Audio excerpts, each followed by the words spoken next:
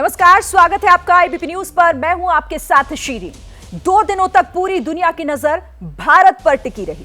रूस और यूक्रेन युद्ध के मुद्दे पर आशंका थी कि G20 के देश एकजुट नहीं होंगे, लेकिन भारत ने युद्ध के मुद्दे पर रूस और पश्चिमी देशों के बीच 100% सर्वसम्मति बना दी।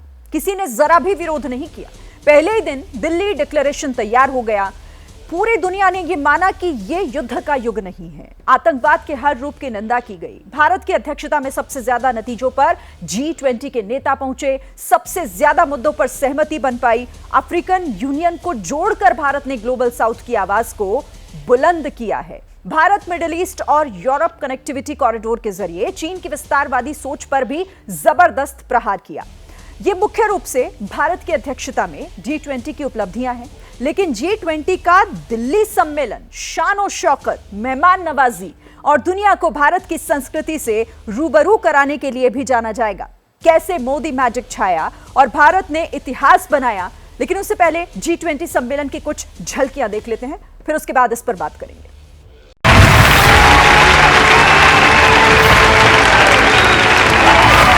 इन 2 दिनों में आप सभी ने अनेक बातें यहां रखी हैं, सुझाव दिए हैं, बहुत सारे प्रस्ताव रखे हैं।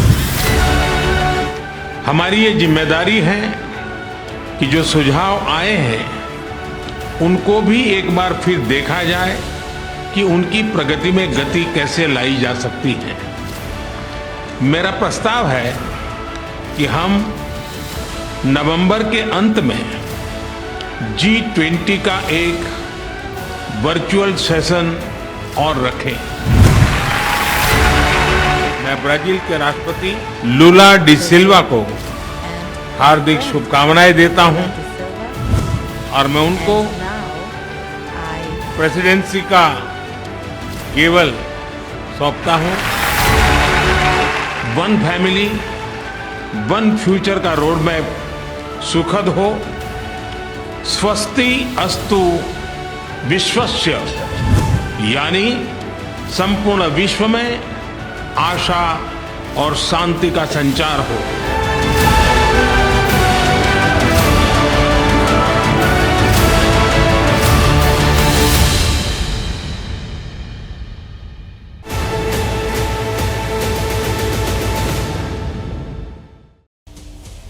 तो भारत ने किस तरह इतिहास बनाया, कैसे पूरी दुनिया की निगाहें 2 दिनों तक भारत पर टिकी हुई थी, इस पर बात करने के लिए अब चलिए सीधे अपने मेहमानों का रुख कर लेते हैं। मेरे साथ इस वक्त रेल मंत्री, केंद्रीय रेल मंत्री अश्विनी वैष्णव जी आप जुड़ गए हैं। बहुत स्वागत है अश्विनी जी एबीपी न्यूज पर आपका।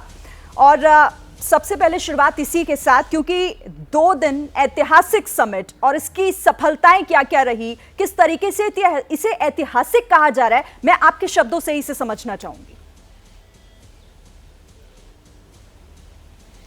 G20 का ये सम्मेलन ऐतिहासिक रहा कई मायनों में। इंक्लूसिव ग्रोथ, एक इंक्लूसिव समिट रखा गया। आप देखिए पिछले वर्ष में करीब 60 शहरों में इसकी मीटिंग्स हुई। दुनिया के सभी देश इसमें शामिल हुए, बड़े बड़े देश शामिल हुए।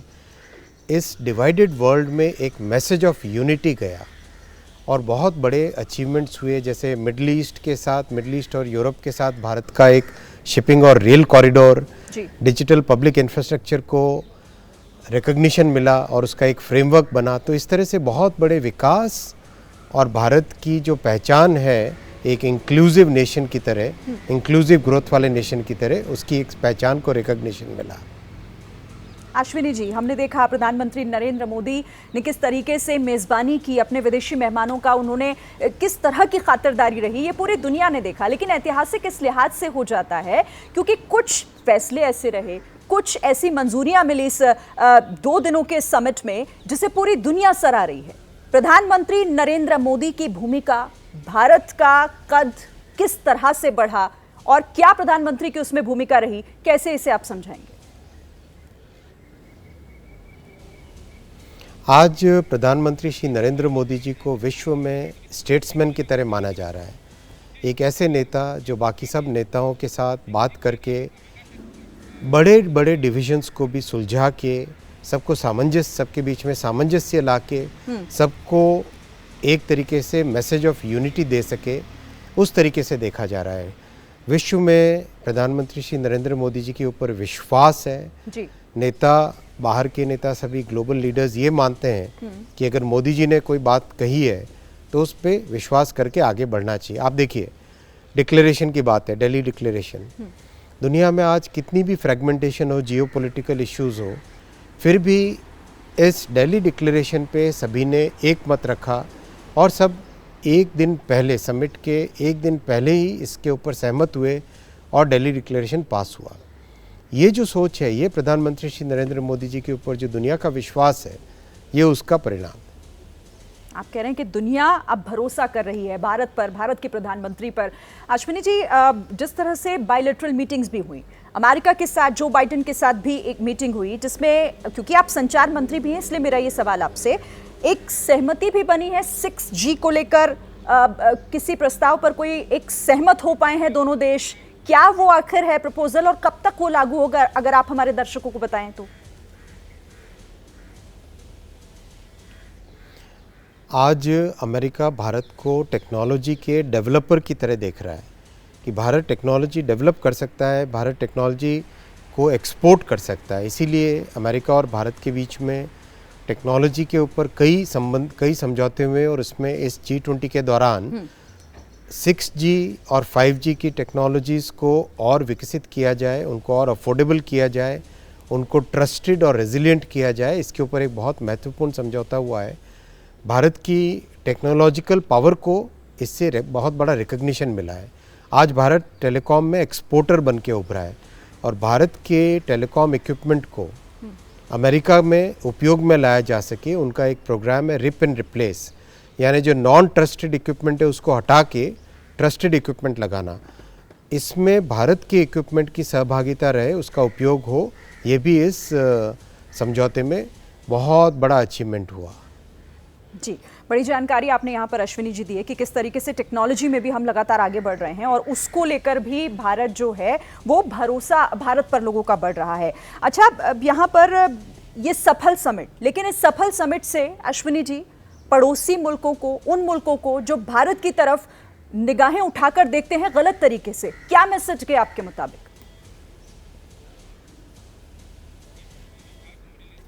दुनिया भारत के साथ खड़ी है। भारत एक ऐसा देश है जो दुनिया को एक नई राह दिखा रहा है, चाहे डिजिटल पब्लिक इंफ्रास्ट्रक्चर हो, चाहे इंक्लूसिव ग्रोथ का मैसेज हो, चाहे प्रधानमंत्री जी का लाइफ मिशन हो जिसको दिल्ली डिक्लेरेशन में रिकॉग्नाइज किया गया। इन सब चीज़ों को देखते हुए कोई पड़ोसी देश आंख उठा के न देखे, और हमने देखा इससे पहले माननीय प्रधानमंत्री जी की लीडरशिप में जिसने भी आंख उठा के देखा उसको बराबर का जवाब मिला है। Ashwini ji, Bharat Middle East road connectivity की भी राहें आगे खुली हैं, उसको लेकर भी हम देख रहे हैं कि आगे रेल कनेक्टिविटी, माफ़ कीजिएगा, उसकी भी राहें अब आगे खुलती दिखाई दे रही हैं। किस तरह की संभावनाएं आप आगे देख रहे हैं इसमें? ये बहुत ही इम्पॉर्टेंट अग्रीमेंट हुआ है, बहुत बड़ा समझौता हुआ है। देखिए, भारत से मिडल ईस्ट के बीच में शिपिंग से कनेक्शन, मिडल ईस्ट के आगे चाहे फुजेरा हो, चाहे 3-4 बड़े बड़े पोर्ट्स हैं, उन पोर्ट्स से आगे रेलवे कॉरिडोर बने all the way to Europe. ये बहुत ही महत्वपूर्ण एक प्रोजेक्ट है, जिस प्रोजेक्ट के इम्प्लीमेंटेशन से भारत और यूरोप के बीच में सामान आने जाने की, ट्रैवल की, इन सब की सुविधाओं को बहुत बड़ा एक बूस्ट मिलेगा। साथ ही साथ इस कॉरिडोर के साथ एक बहुत बड़ा कम्युनिकेशन केबल भी डेवलप किया जाएगा। इससे भारत की रेलवे टेक्नोलॉजी को विदेशों में ले जाने का एक माध्यम मिलेगा, और जो भारत की कंपनियां हैं जो कि रेलवे के अंदर रेलवे सेक्टर से जुड़ी हुई है, उन सब को भी एक नया आयाम मिलेगा। तो ओवरऑल यूरोप के साथ भारत के ट्रेड रिलेशंस को बढ़ाने का, यूरोप, मिडिल ईस्ट और भारत, इस ट्रियो को, ट्रेड रिलेशन को बढ़ाने का ये बहुत बड़ा प्रोजेक्ट है। और यूरोप से आगे फिर से शिपिंग से अमेरिका, तो इस तरह से दुनिया में एक शानदार, एक बहुत ही अच्छा मॉडल एक डेवलप हुआ है, जिससे देश अपने आप में एक समझौता करके एक ऐसा मॉडल विकसित कर सकते हैं जिससे कि ट्रेड और ट्रांसपोर्टेशन को एक नया आयाम मिले। जी अश्विनी जी, अब इस समिट में इस 2 दिन के दौरान G20 का भी विस्तार हुआ, क्योंकि अब वो G21 हो गया है। अफ्रीकन यूनियन की भी इसमें जो है वो अब एंट्री हो गई है। आप इसे कैसे देख रहे हैं और कैसे ये इंटरनेशनल गारंटी प्रधानमंत्री नरेंद्र मोदी की पूरी हुई? प्रधानमंत्री श्री नरेंद्र मोदी जी ने गारंटी दी थी अफ्रीकन यूनियन को G20 में परमानेंट मेंबर बनाने की जी। और जो पीएम साहब कहते हैं वो करते हैं। तो अफ्रीकन यूनियन को परमानेंट मेंबर की तरह एक्सेप्ट किया गया। ये बहुत बड़ी इसकी जियोपॉलिटिकल, इसकी डिप्लोमेटिक और इसकी जो इंक्लूसिव ग्रोथ का जो इसका मैसेज है वो आप समझिए। अफ्रीका को हमेशा एक इक्वालिटी वाला दर्जा देना ये भारत का एक बहुत बड़ा ऑब्जेक्टिव था फॉरेन पॉलिसी का। ये ऑब्जेक्टिव इससे पूरा होता है और ये दर्जा भारत ने दिलाया अफ्रीका को। ये बड़ा मैसेज है। भारत और अफ्रीका के संबंध बहुत ट्रस्टेड संबंध है और इससे और भी प्रगाढ़ संबंध हो जाएंगे। बिल्कुल, और ये यहाँ पर एक बार फिर साबित हुआ कि प्रधानमंत्री नरेंद्र मोदी अगर कुछ कहते हैं, कुछ वादा करते हैं, तो कैसे उसे पूरा भी करते हैं। बहरहाल बहुत शुक्रिया अश्विनी वैष्णव जी हमारे लिए वक्त निकालने के लिए और इस बातचीत के लिए धन्यवाद आपका। तो किस तरीके से देखिए ये 2 दिन ऐतिहासिक रहे। भारत का कद किस तरह से पूरी दुनिया में और ज्यादा बढ़ा है, कैसे उसकी पोजीशन और मजबूत हुई है, इस पर हम लगातार बात कर रहे हैं। हमारे साथ अब कौन कौन से मेहमान जुड़ गए हैं इस चर्चा में शामिल होने के लिए, आपसे परिचय पहले करा देती हूँ। अचल मल्होत्रा जी, पूर्व राजनयिक, इस वक्त आप उन्हें देख रहे हैं। मेजर जनरल SP सिन्हा यहाँ पर सर मेरे साथ बैठे हुए हैं डिफेंस एक्सपर्ट के तौर पर। स्वास्थ्य राव एसोसिएट फेलो IDSA हमारे साथ जुड़ेंगी थोड़ी देर में, और वरिष्ठ पत्रकार गौरी द्विवेदी को भी आप देख रहे हैं। आप सभी का स्वागत है। आपके पास आऊं, लेकिन उससे पहले एक बड़ी खबर अपने दर्शकों को दे दें। और बड़ी खबर ये आ रही है कि चीन को इटली बहुत बड़ा झटका देने जा रहा है। चीन के BRI प्रोजेक्ट से अब इटली अलग हो जाएगा। Bharat, Middle east, Europe corridor के बाद इटली का यह बड़ा फैसला। चीन के belt and road initiative project से अलग होगा इटली। 2019 में चीन के प्रोजेक्ट में शामिल हुआ था इटली, लेकिन अब यह बड़ा फैसला इटली की तरफ से किया गया है। चीन के बेल्ट एंड रोड इनिशिएटिव से अलग होने का इटली का यह महत्वपूर्ण फैसला, यह बड़ा झटका सीधे सीधे चीन को इटली की तरफ से। किस तरह से यह बड़ा झटका है आप इसे समझ सकते हैं। यह बड़ा फैसला लिया गया है इटली की तरफ से, इस वक्त की यह बड़ी खबर। और हमारे साथ हमारे डिफेंस एक्सपर्ट इस खबर पर और जानकारी देने के लिए हमारे साथ आशीष जुड़ गए। सीधे आशीष का रुख करते हुए, आशीष, कितना बड़ा झटका इस प्रोजेक्ट से खुद को अलग कर लेना इटली का?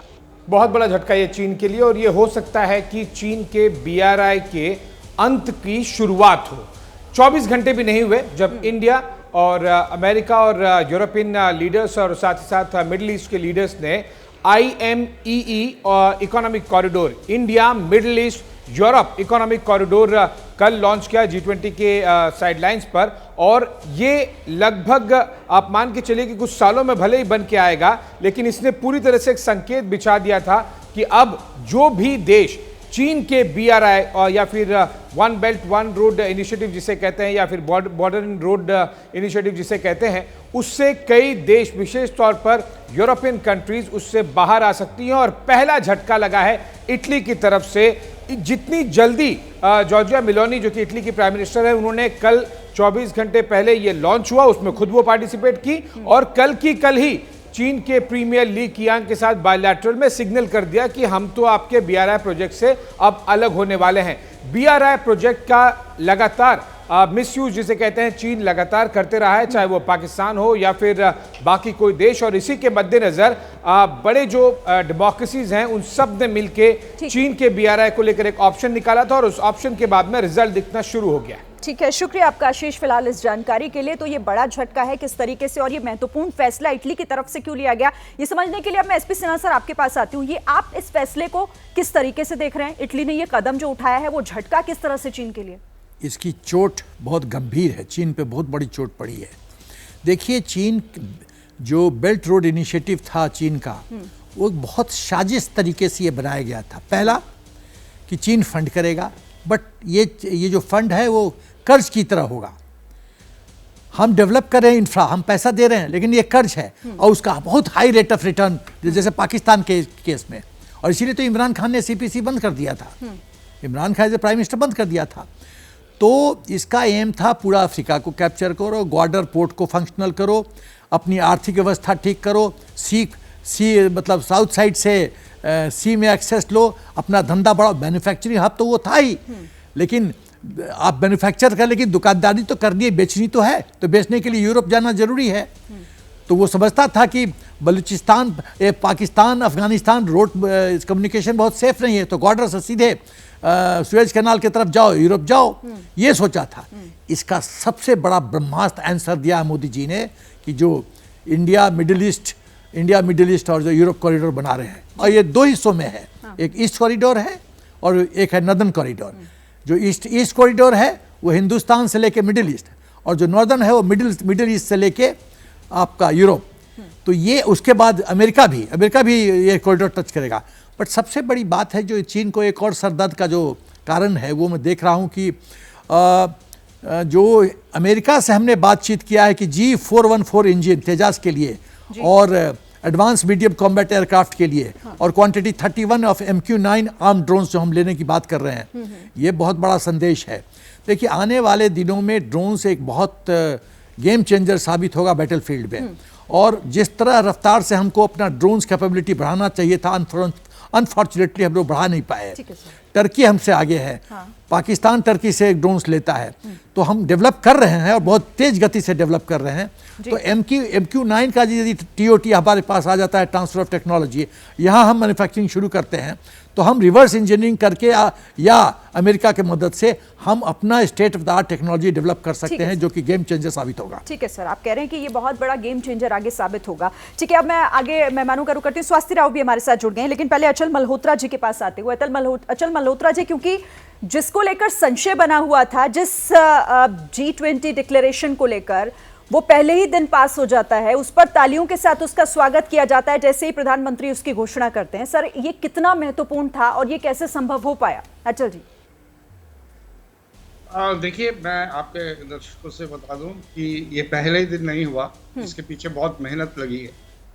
कई हफ्ते, कई महीने लगे हैं। बिल्कुल। अब जितनी भी मिनिस्ट्रियल लेवल की मीटिंग्स हुई हैं, वहाँ इसको लेके कंसेंसस नहीं बन पाया था, और उसके चलते हुए एक आउटकम डॉक्यूमेंट और चेयरमैन समरी निकलती थी, जॉइंट स्टेटमेंट नहीं निकलती। कहने का मतलब ये है कि जैसे जैसे G20 की समिट नजदीक आ रही थी, तो इस कंटेंशियस इशू को लेके काफी मैं कह सकता हूँ कि टेंशन भी थी, क्या ये संभव हो पाएगा या नहीं हो पाएगा।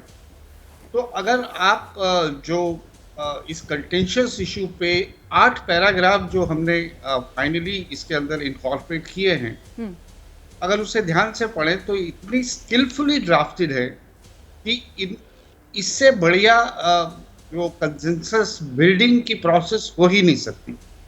इसमें रशिया नाराज नहीं हो सकता, इसमें वेस्ट के व्यूज को भी लिया गया है, और कुल मिलाकर कंप्लीट मैसेजिंग की है। देखिए क्या था इसमें कंटेंशन, इसमें ये था, रशिया का ये कहना था कि हमारे को कंडेम नहीं किया जाए, इसके बारे में जिक्र भी नहीं किया जाए तो हमारा वर्जन भी रखा जाए। वेस्ट का ये कहना था कि नहीं, ये इशू इम्पोर्टेंट है। बहुत से लोगों का ये कहना था कि G20 प्लेटफॉर्म जो है प्राइमरली इकोनॉमिक और फाइनेंशियल मैटर्स के लिए, जियोपॉलिटिकल इश्यूज इस पर डिस्कस ही नहीं होने चाहिए। वेस्ट का कहना था नहीं, ये वो जियोपॉलिटिकल इशू है जिसकी फॉलोआउट जो है वो इकोनॉमिक है। वॉर की वजह से महंगाई बढ़ रही है, फूड इनसिक्योरिटी हो रही है, फ्यूल इनसिक्योरिटी हो रही है, और दुनिया भर की सप्लाई चेन्स में रुकावटें आ रही हैं। अफ्रीका तक की कंट्रीज जो हैं इससे सफ़र कर रही हैं। तो इन सब चीज़ों को मिला के भारत का भी किसी हद तक यही था कि ये जियोपॉलिटिकल इशू है, इससे डिस्कस नहीं होना चाहिए। फाइनली क्या कंप्रोमाइज निकला? फाइनली ये कंप्रोमाइज निकला कि वेस्ट की पोजीशन भी रिफ्लेक्ट हुई और बाकी लोगों की भी पोजीशन रिफ्लेक्ट हुई। इसमें ये कहा गया कि हम इस चीज़ को मानते हैं कि ये ग्लोबल इकोनॉमिक फोरम है, इस पे फाइनेंस और इकोनॉमी डिस्कस होनी चाहिए, लेकिन जब दुनिया में कॉन्फ्लिक्ट्स होते हैं, वॉर होती है, तो उसका सीधा सीधा असर इकोनॉमी पे भी होता है। तो इसलिए इन मुद्दों को भी डिस्कस करना चाहिए। उन्होंने यूक्रेन की वॉर से शुरू नहीं किया, उन्होंने जनरली वॉर और कॉन्फ्लिक्ट की बात करी।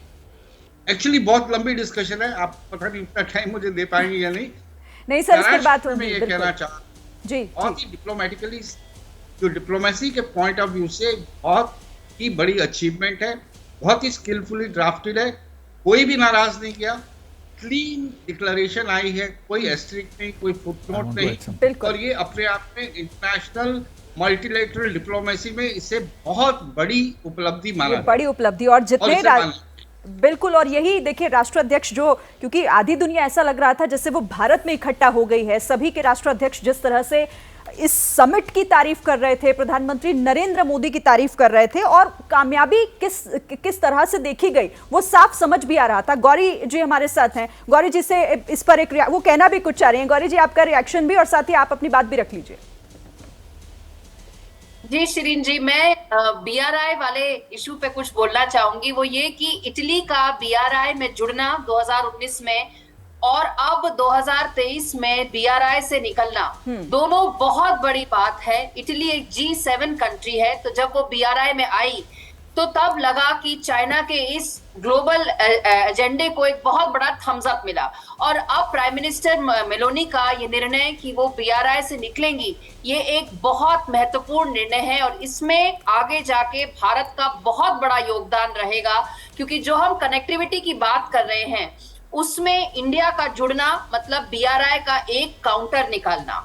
उसके बाद इटली का ये निर्णय कि वो अपनी जो उनकी टेरिटोरियल पोजीशन है, देखिए इटली जो है ज्योग्राफिकली बहुत यूनिकली प्लेस्ड है, क्योंकि उधर से पूरे यूरोप का मार्केट का रास्ता खुलता है।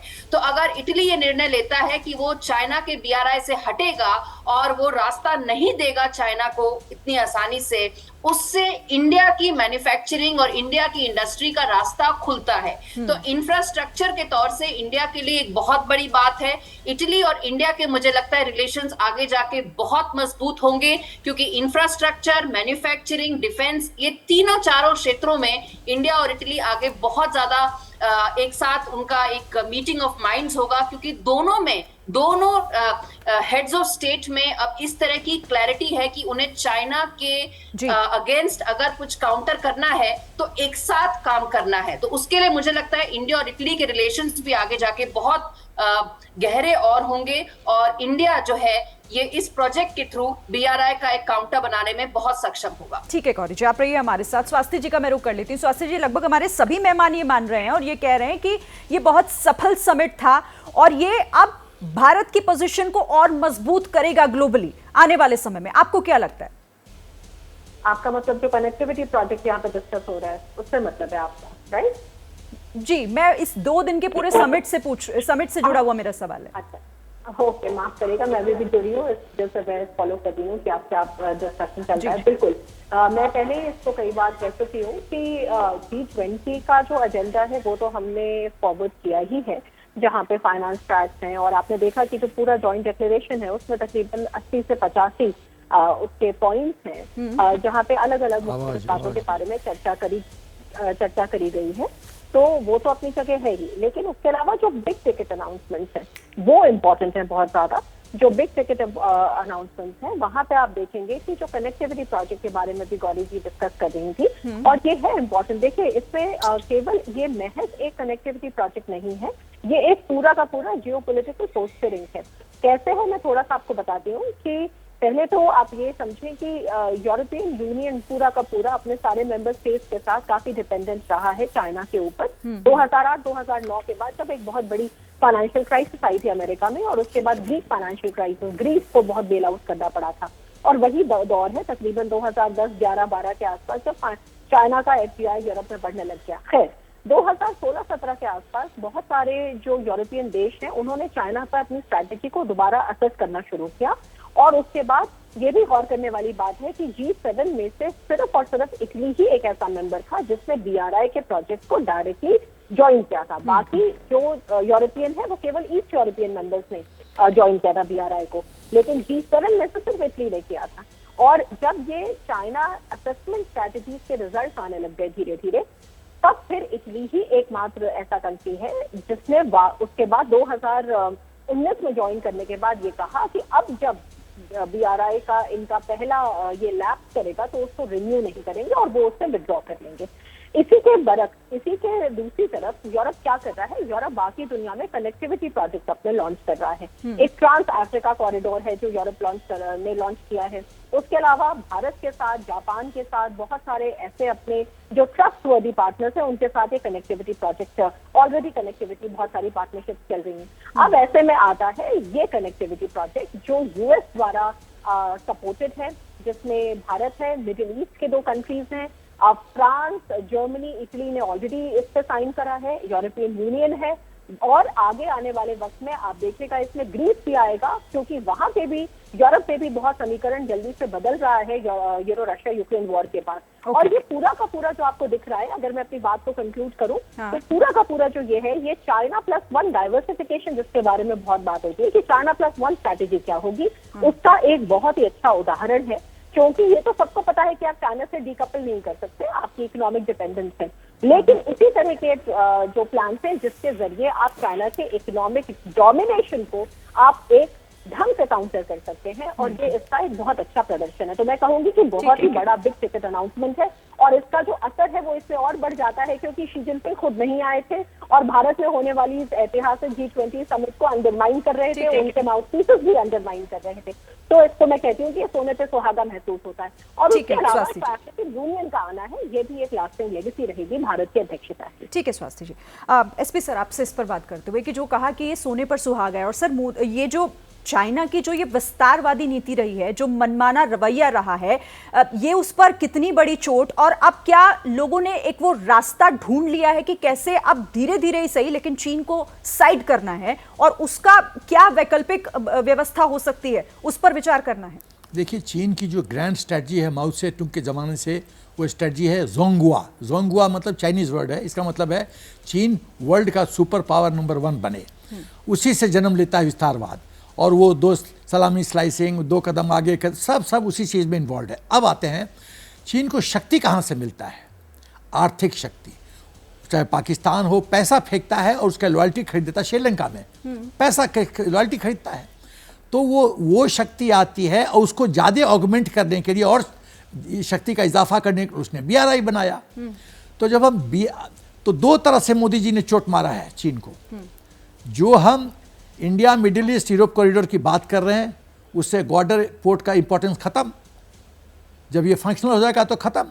दूसरी बात, जब इटली अभी बाहर निकल रहा है, स्वाभाविक है कि मोदी जी की इटली प्रीमियर से बात हुई होगी, तो वो जब बाहर निकल रहा है तो एक्सेस टू यूरोप खत्म।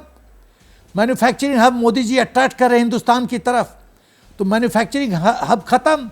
चीन का रियल एस्टेट कोलैप्स कर गया है। चीन के में बैंक से पैसा निकालने जाते हैं लोग, तो उन पर लाठीचार्ज होता है, टैंक्स लगा दिया जाते हैं, मारा जाता है उनको। तो चीन तो अब तो दलदल में फंस रहा है, विश्व स्तर पे बेइज्जती हो रही है। तो बचा क्या? न पैसा बचा, न इज्जत बचा, न जो संभावना थी कि धंधा करने का यूरोप के साथ और अप्रोच करने का, वो खत्म हुआ। तो बचा क्या? अब झुंझुना लेके नाचते रहो, वही हिंदुस्तान कर रहा है, अब नाचो झुंझुना लेके। तो ये पेट पे, मोदी जी ने पेट पे लात मारा है। पेट की लात बहुत बहुत खतरनाक होती है। पैसे यदि इनकम कम हो जाए तो अच्छे अच्छों का घमंड टूट जाता है।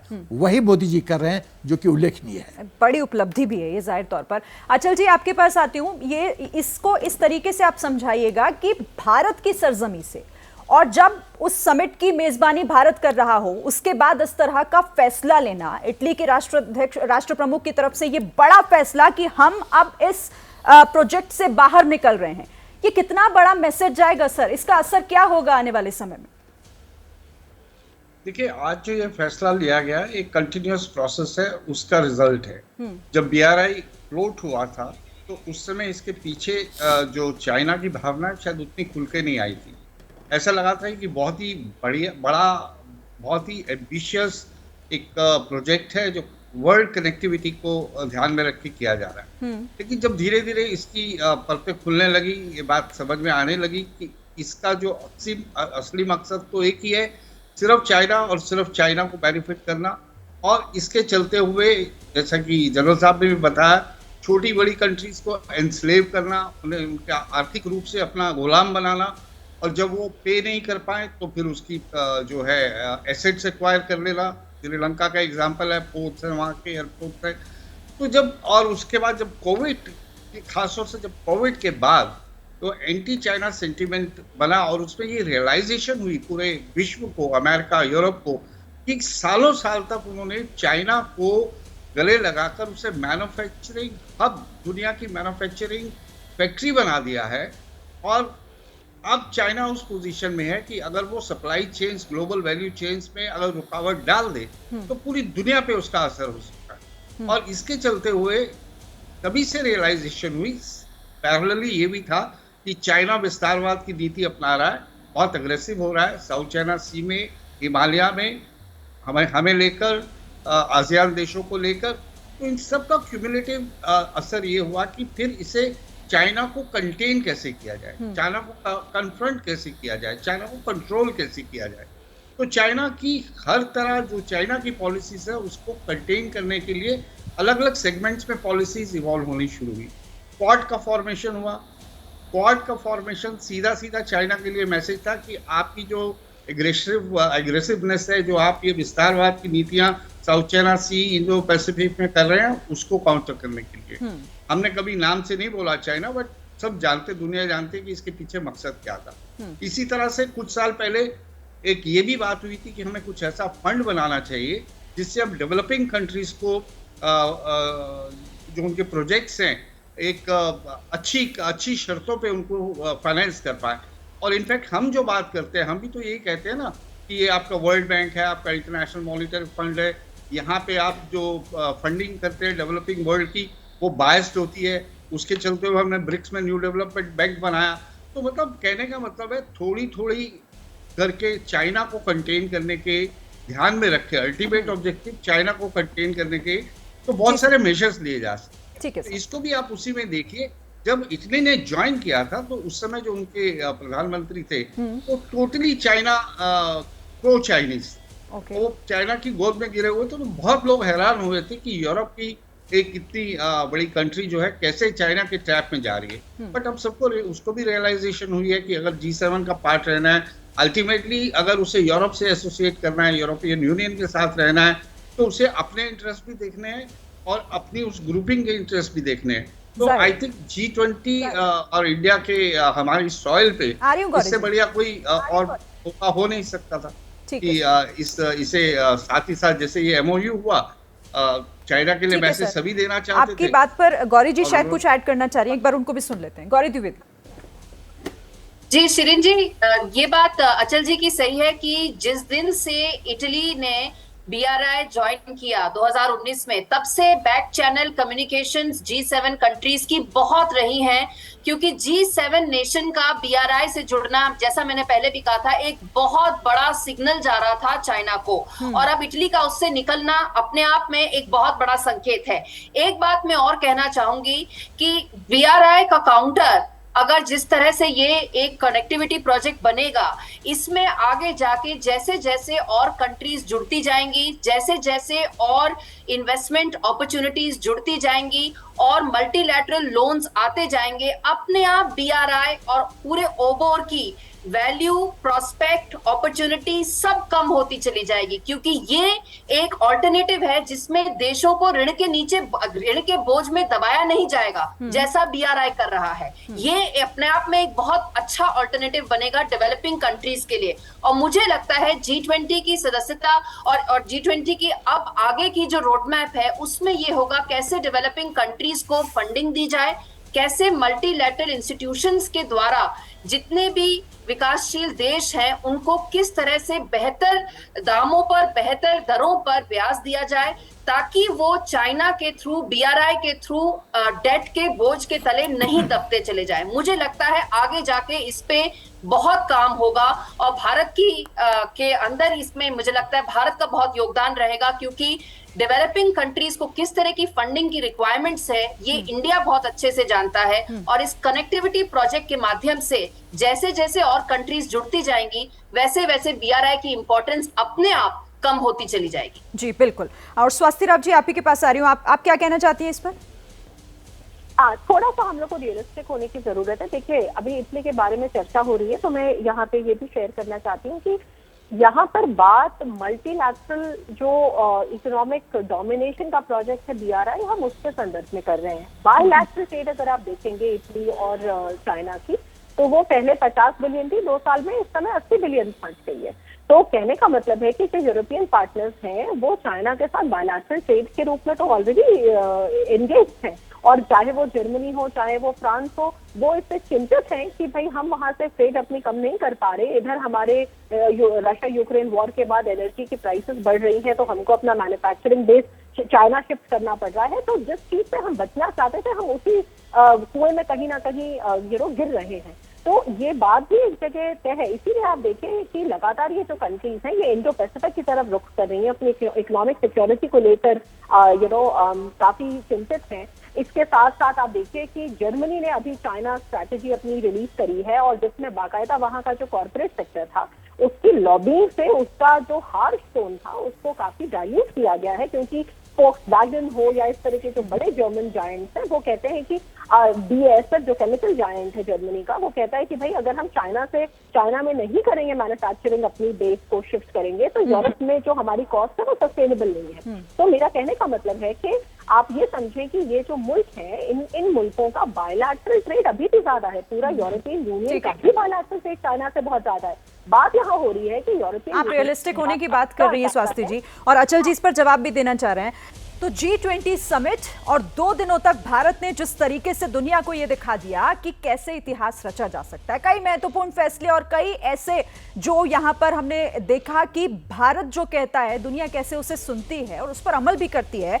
हम जल्दी से अपने मेहमानों का एक बार फिर से रुख कर लेते हैं और एक एक करके मैं चाहूंगी कि आप लोग इस पर कमेंट दीजिएगा, जल्दी संक्षेप में ये समझाइएगा हमारे दर्शकों को कि G20 समिट, ये 2 दिनों तक चलने वाला मंथन, कामयाबी किस तरह से आप देख रहे हैं। शुरुआत एसपी सर आपके साथ।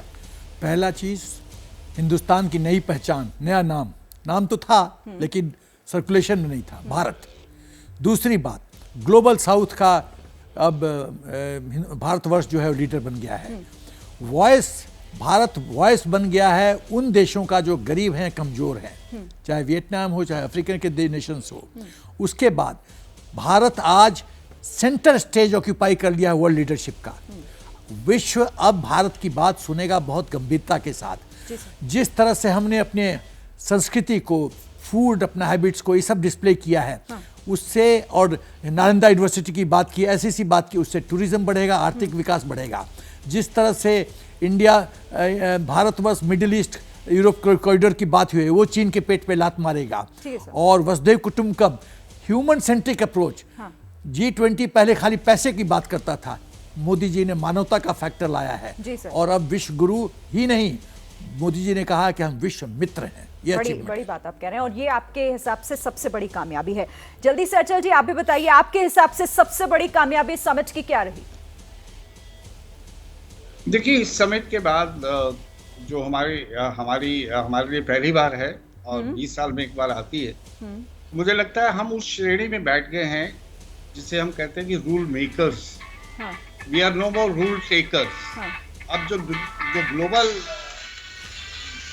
ग्लोबल एजेंडा है उसकी ड्राफ्टिंग, उसको बनाने में अब इंडिया का जो है पूरा कंट्रीब्यूशन रहता है। जो भी इस बार का G20 का अगर आप एजेंडा देखेंगे तो उसमें पूरी इंडिया की उसके ऊपर पूरी स्टेप दिखाई देगी। ठीक है सर। बहुत ही सराहनीय में कहने का मतलब ये है कि अब हम रूल मेकर्स हैं। हम दूसरों के बनाए हुए रूल्स को फॉलो नहीं करते जो पहले एक जमाने में हुआ करता। पहले हम बड़ी बात आप कह रहे हैं सर कि अब हम रूल्स बनाते हैं। मैं एक बड़ी खबर दर्शकों को दे दूं, फिर आती हूं आपके पास। बड़ी खबर, G20 सम्मेलन के बाद अफ्रीकन यूनियन के अध्यक्ष और कोमोरोस के राष्ट्रपति अजाली ओसुमानी ने कहा है कि भारत दुनिया की 5वीं महाशक्ति है। अजाली ने कहा है कि भारत आबादी के मामले में महाशक्ति है और भारत अब चीन से आगे है। उन्होंने कहा कि भारत इतना ताकतवर है कि अंतरिक्ष में पहुंच गया है।